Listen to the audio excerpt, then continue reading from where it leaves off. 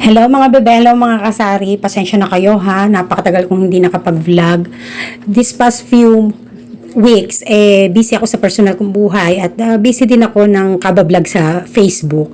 So kung hindi ko pa kayo follower sa Facebook, follow nyo naman ako doon sa ating Facebook account sa Mami Park. So ang dami kong mga naging parcel na hindi ko na na-vlog sa inyo lahat. Ang dami talagang dumating.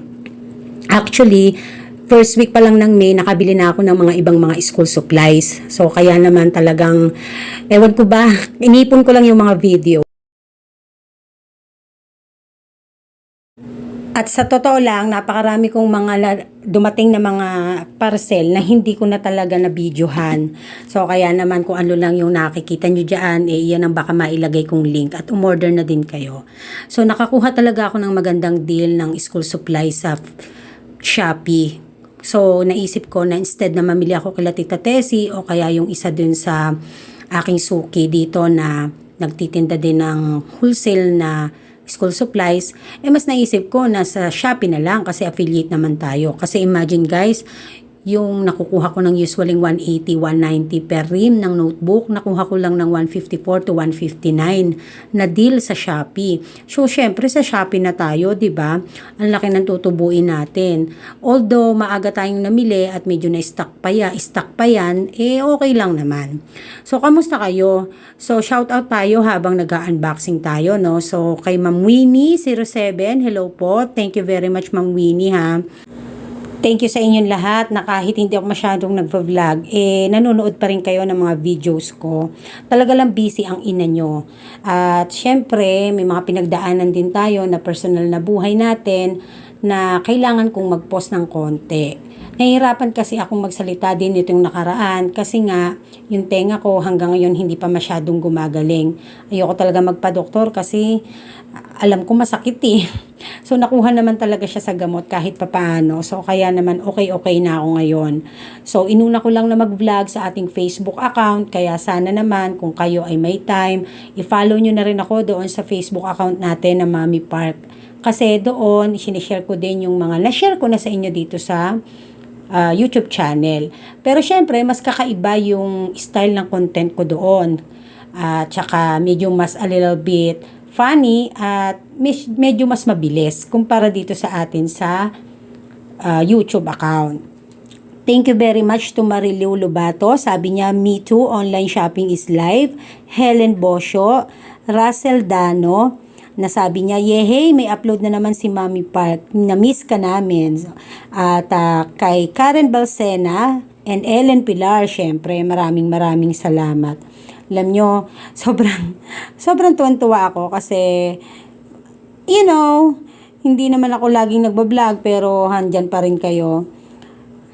Pero wag kayong mag-alala, sisikapin ko na lagi na akong makakapag-upload. So, yung nga palang sako na yan, in-order natin yan hindi para ibenta. Kasi di ba kanina, kung nakita nyo, meron tayong pinadamuhan or pinalinis sa likod ng ating tindahan kasi ilalagay natin dyan sa sako na yan yung mga kalat-kalat. Kasi nga, hindi pwedeng magsunog. And sobra akong happy kasi kahit matumal, napakatumal, laban lang, no? God will make a way. Alam ko naman na ngayon lang naman yan kasi magpapasukan, busy ang mga magulang para mag-ipon para sa kanilang paghahanda, no? Sa nalalapit na pasukan. Kahit naman tayo, naglalabas muna tayo ng puhunan bago tayo makabenta kasi kailangan nating makakuha ng magandang deal na mga school supplies para meron tayong maibenta sa pasukan at nabili natin ng mas mura-mura. So, kaya sa totoo lang po, pumasok pa lang ang first week ng May, nakapamili na ako ng marami-raming mga school supplies. Ang hindi ko pa lang po nabibili ay mga ballpen. Kasi hindi po ako sa online shopping bumibili ng ballpen dahil lagi po akong natatiming ng hindi ko gusto yung tipo ng ballpen na nabibili ko. Kaya po para sigurado, doon ako kay Tita Tessie bibili or order ako dito sa nag-wholesale ng yung kapitbahay namin na nakakaluwas-luwas siya tapos po pwede kong umorder ng mga school supplies na na wholesale price. So, yan. So, maganda ang naging deal ko sa mas maraming items sa Shopee compare sa magiging deal ko kung namili ako kay Tita Tessie. no? So, yun. So, today naman, samahan nyo naman ako para maglinis ng ating bodegang napakakalat.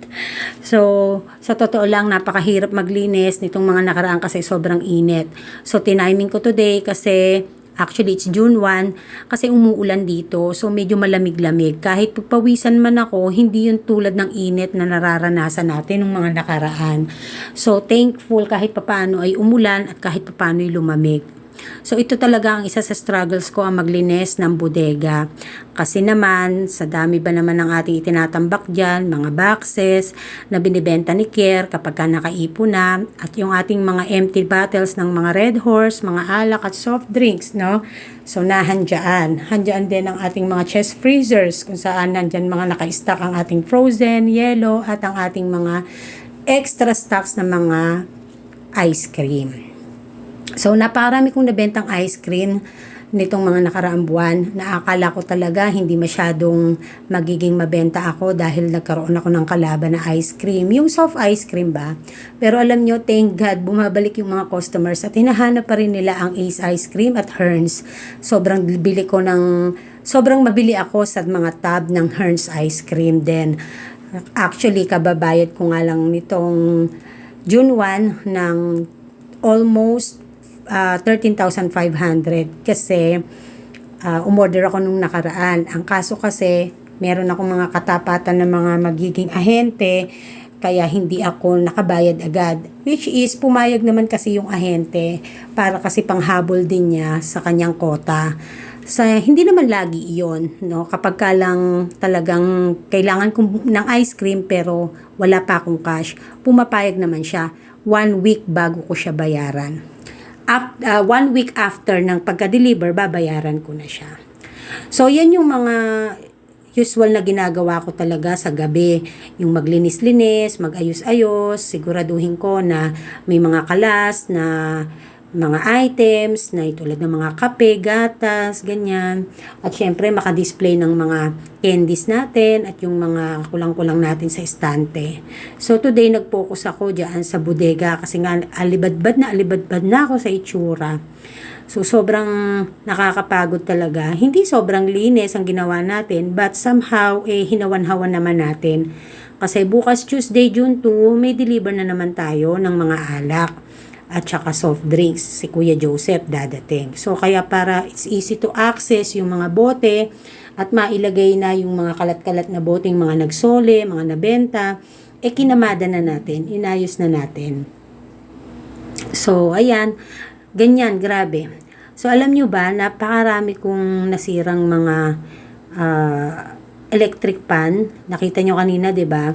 Ang dami kong nasirang mga electric pan na yung nabibili lang na mumurahin na hélice lang.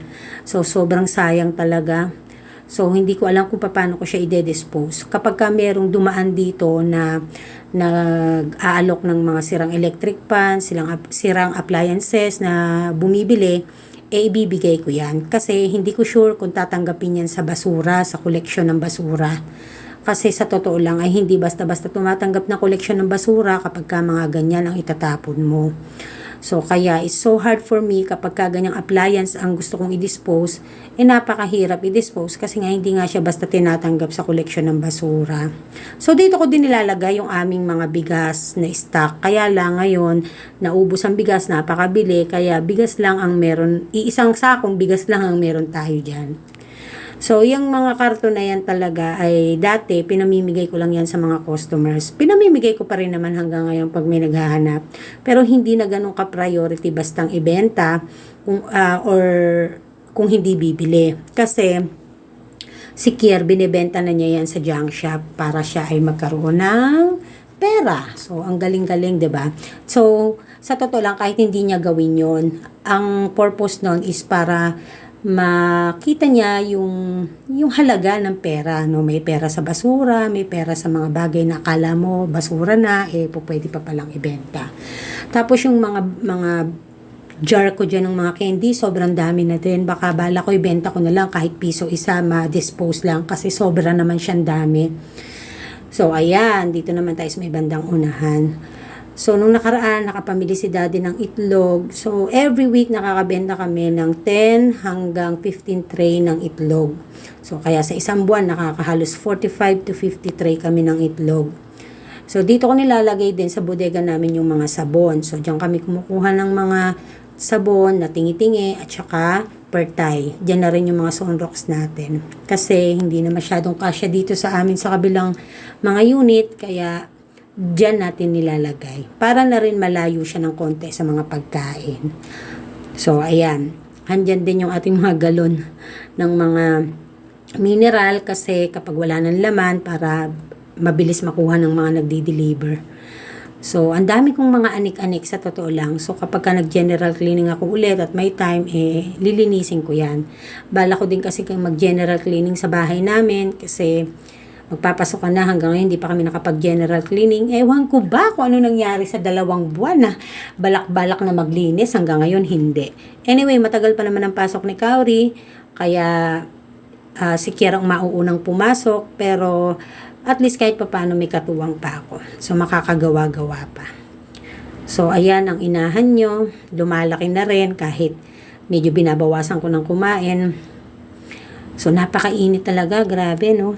Sa inyo ba, umuulan na ba? O napakainit talaga, tapos napakataas talaga ng kuryente. Grabe, tumaas na naman ng sobrang laki. Naku, halos 1,000 mahigit bawat unit ko ang tumaas. Sobrang gigil na talaga ako sa laki ng kuryente. Pero wala naman tayong magagawa. So, inaasahan natin na bababa yan ngayong magpapasukan ngayong June na kahit papaano ay paminsan-minsan uulan at kahit papaano ay bababa ang kuryente natin kasi medyo malamig na. So, linis-linis lang tayo at ayan, so sana hindi kayo na-boring masyado sa ating vlog today. Huwag kayong mag-alala, sa susunod magkikwentuhan tayo at mag-uusap tayo. So, talagang meron lang din akong mga hinihintay na bagay-bagay na mga resulta at desisyon para naman kahit papaano ay bonggang-bongga na tayong makapag-vlog. So, yung iba siguro medyo nagigets, pero parang wala namang nangyari. Parang wala namang nangyari, no? Parang wala namang nabago. May nalinis ba? Meron naman kahit paano, di ba? O, medyo umali-aliwalas. So, ito yung mga notebook nga pala na ating in-unbox kanina. So, sa susunod na lang tayo magkita-kita at magbablog ako soon, ha? Bye!